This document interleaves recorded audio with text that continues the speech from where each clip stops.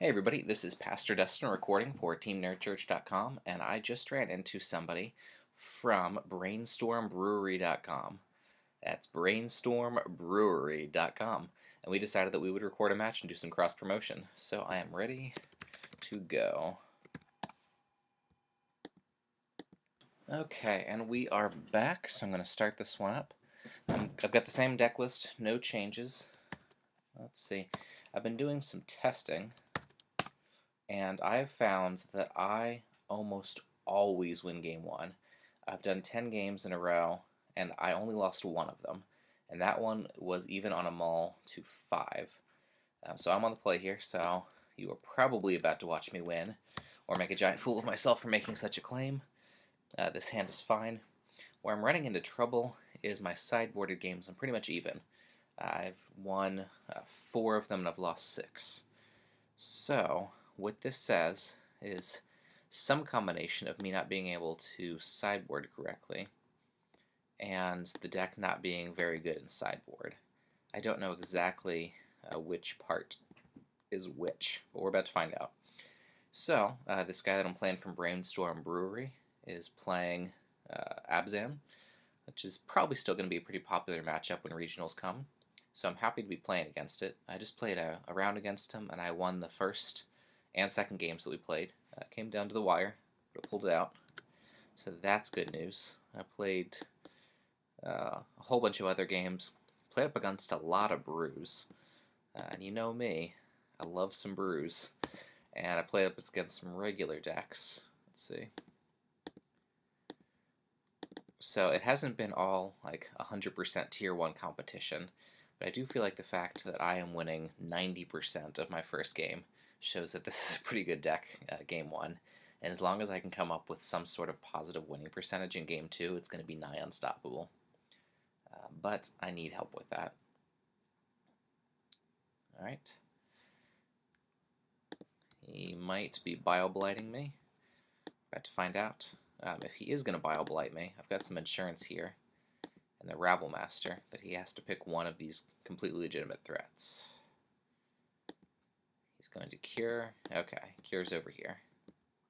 So at least I get to keep my Rabble Master. Oh, not a Golem. Let's see, let's try the Goblin instead of a Golem. Alright, there we go, get him for 1, and pass the turn. So next turn, if he has some sort of answer for the Rabble Master, I am going to be in some trouble, because he's got a full 5 cards in hand. A Fleece Mane Lion, huh? Well, I've got an answer for the Fleece Mane, so I'm actually pretty happy to see that. I'm not happy to see all these land. I don't have anything to pump the land into right now. There are a lot of ways to deal with Flood, but I am not currently holding one of them.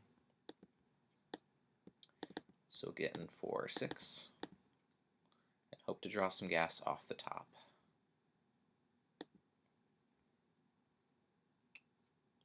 I don't know if he took 6 or not.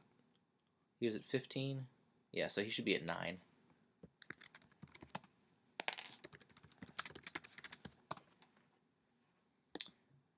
Okay. He's up to 4 mana, another Fleece Mane Lion. Okay. There we go. So I've got him at 9, so we're accurate now. And a Lightning Strike. Awesome. Okay. The fates have smiled upon me. Draw arrow. And get that lion. And just let Rabble Master do its thing.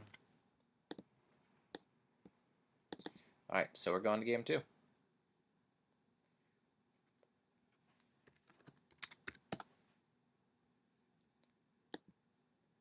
Okay.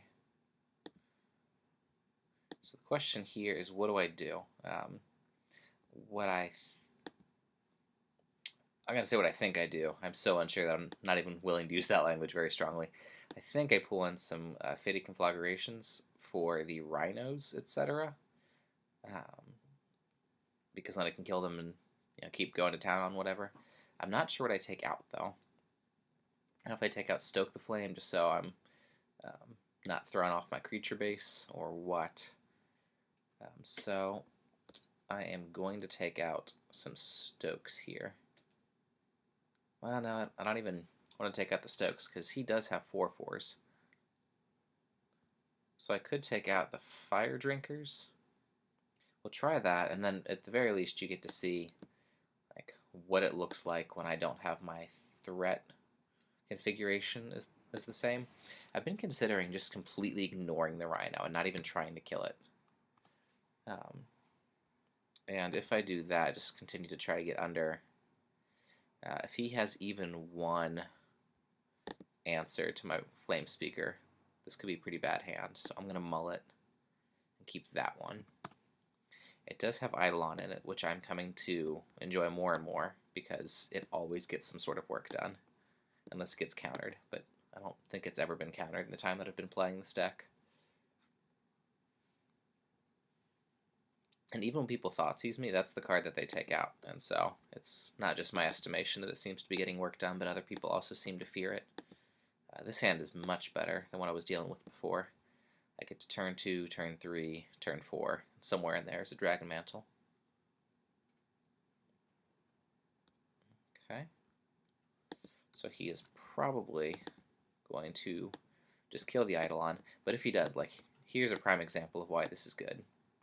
There's a good chance that he kills this. And if he does, I get removal out of his hand and I deal him 2 damage. He has not seen fit to do that so far. Do I see a 2/4? Nope. Good old 4/4. Okay. Well, I've got Stoke coming up. And the nice thing about that costing 3 is they get the damage through. Okay. So I've got a lot of options here. I don't quite have enough to Rabble Master and then use the tokens. Also, when you have that much burn, it's always just a question of, do I just consider this a virtual 8 and think of him as being at 9? I don't know. So I am just going to Stoke it. I don't take any damage from it. I think it's a pretty legitimate threat off the board. And next turn, I will be able to play a Rabble Master and use all my stuff to Stoke. Alright, so he's got all 4. Another Dragon Mantle, okay.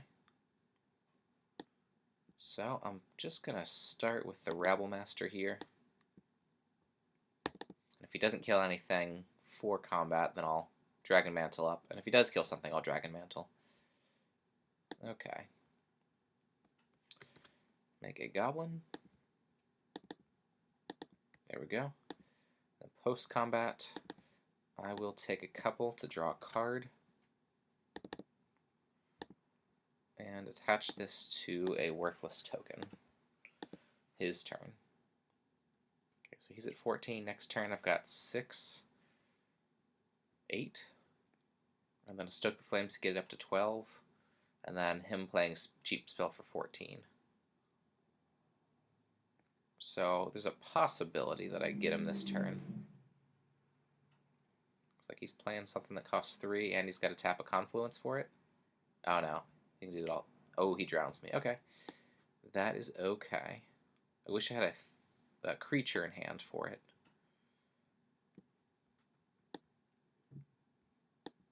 Alright, so we see this is the big moment. Can Sly come back from a 3-for-1 drown? He's got 3 in his hand. I can stoke him down to 8, so he's pretty much out of burn range. I can Dragon Fire Mantle one of his creatures and not worry about him pumping it too much outside of Mana Confluence. Okay, so I'm actually going to do that just to see if I can draw into a threat.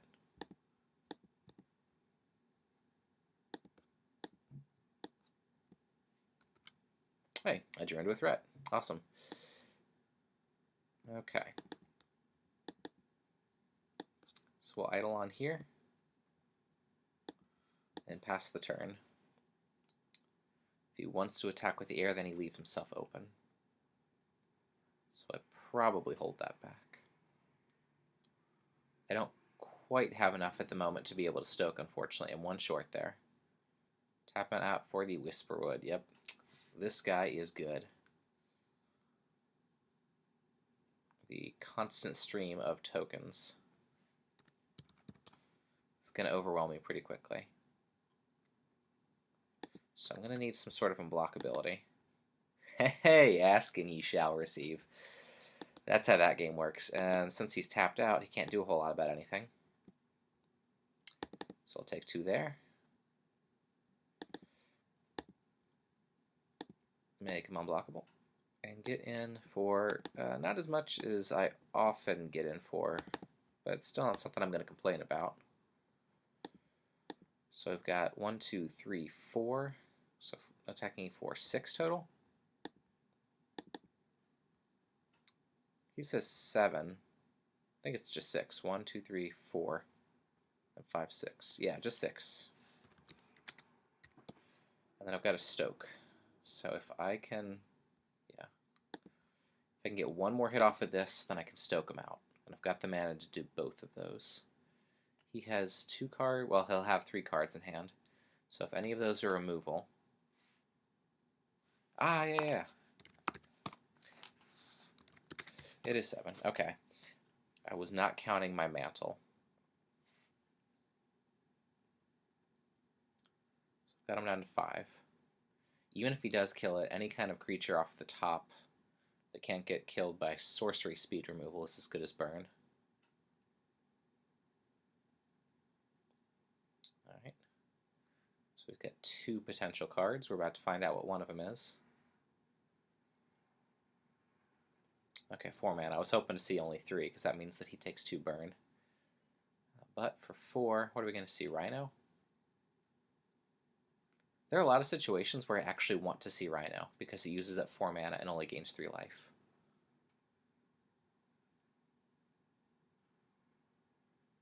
Oh, that is something I hate to see. There's a lot of lifelink. So he's going to have, let's see, 4, 5, 6, 7, 8, 9, 10, 11. So he's going to be up to 14. Which is aggravating. So can I get him for... Yeah, that's just 11, right? 1, 2, 4, 5, 6. No, I think that's 12 exactly, because this triggers off of the Whisperwood. Yeah, so he gets me exactly for 12, which is a shame. Alright, moving on to game 3. Yeah, I do want to be able to deal with that Whisperwood pretty quickly, as well as Sorin, so I do think that I keep in my more reactive suite here. So, let's see. I don't know, Searing Blood's a possibility. It's not always going to be doing it, though. Got Harnessed by Force. I could get some work done. Maybe I take out that last Fire Drinker. Alright, I'm going to try it like this. Alright, back on the play. No 1-drops and no card draw, so I'm going to have to mulligan that. Well, no 1-drops outside of the card draw, so I'm also going to have to mulligan that. Alright, well that's about as good a 5 as I could hope for. So, I'll start it off with the Mountain into Eidolon. I don't even know really what I want to draw at this point, but we'll see. But anyway, you saw how game 1 was pretty strong, and then post-sideboard, we get a little weaker. Okay, well the Swift Spear is an unfortunate draw. I really want to see those almost exclusively on my first turn. And I don't really like to see them after an Eidolon. Although me losing life from the Eidolon usually isn't that big of a deal. You saw in that last one that he got me exactly for 12. I might have been able to win. Alright, so I'm going to lose a bunch of life here. I might have been able to win if I had another turn. I'm not sure. You can go back in the video and check that out if you really wanted to see. So I'm dealing 4 to myself here. But I'm swinging for 4. Alright, so he now has a full meta cards. And I have a Fated Conflagration. Alright, so he's taking 2 more. And the drown. Yep. Okay. So, this will be an awesome comeback if I can manage it off the top of my deck here. Okay, what do we got? Lightning Strike. Not that interesting. So I'll pass the turn. What I really wanted to see was a mountain, so I can play out my Conflagration and then set up the top of my deck. So what he's got, 4 mana for the Rhino. Lovely. Right. So now he is up to 13. Hey, land. Okay. Well, at least I get to get rid of the Rhino and check out the top of my deck. Need some threats. Break the Line's not a threat, but it does enable threats. I think at the moment I just actually need the threats before I start to get the enablers. So I'm going to bottom both of those. Bottom and bottom. There we go. So that's a situation in which it is reasonable to kill it as opposed to try to steal and whack him with it. Alright, so he's at 4 cards and enough mana for pretty much anything in his deck. Alright, Fleecemane Lion, I can kill that. Then we're just back at the 3-1. Conflagration, I'm going to save it. I know that I'd be able to stack my deck a little bit better, but I'm going to try to save it for a bigger threat like a Rhino. Uh-oh. What do we got? 3 mana, 4. Couple of counters. Alright, so should have used the Conflagration. Let's see, if he goes monstrous on this, then I'm just dead. So that's the correct play. If he taps mana to do something other than go monstrous on it, then I can Conflagration it away. So I'm just hoping to see him tap any mana for something other than going monstrous on the Fleecemane Lion.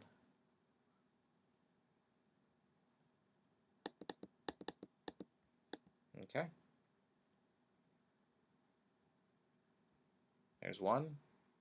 Okay, good. So he's only got 4. I say good, I'm at 8 life with those 2 staring at me, so I mean it's not great, but it is what I said that I wanted to see. So go ahead and do that. So he will get into me for 6, so he'll get me down to 2. Actually, it looks like he's getting me down to dead with whatever this is going to be. Okay, he's just messing with me. I see. Okay, so I'll look at the top 2. I'm not exactly sure what I'm looking for. But Stoke could be one of those things. So he'll get me all the way down to 2. I draw Stoke, kills thing, and then he kills me. So that's not actually going to do it. Yeah, I don't think there's really anything that gets me out of the situation. Okay. So you finally got to see me play junk, and you finally got to see me lose. Anyway, let me know on your suggestions, particularly for sideboarding, please. I beg of you, what I should be doing here. This has been Pastor Dustin recording for TeamNerdChurch.com. And again, check out the Brainstorm Brewery site. It's going to be doing some cross-promotion, and I will see you guys later. Have a good one, and stay around. I'm going to put on one of the services right after this.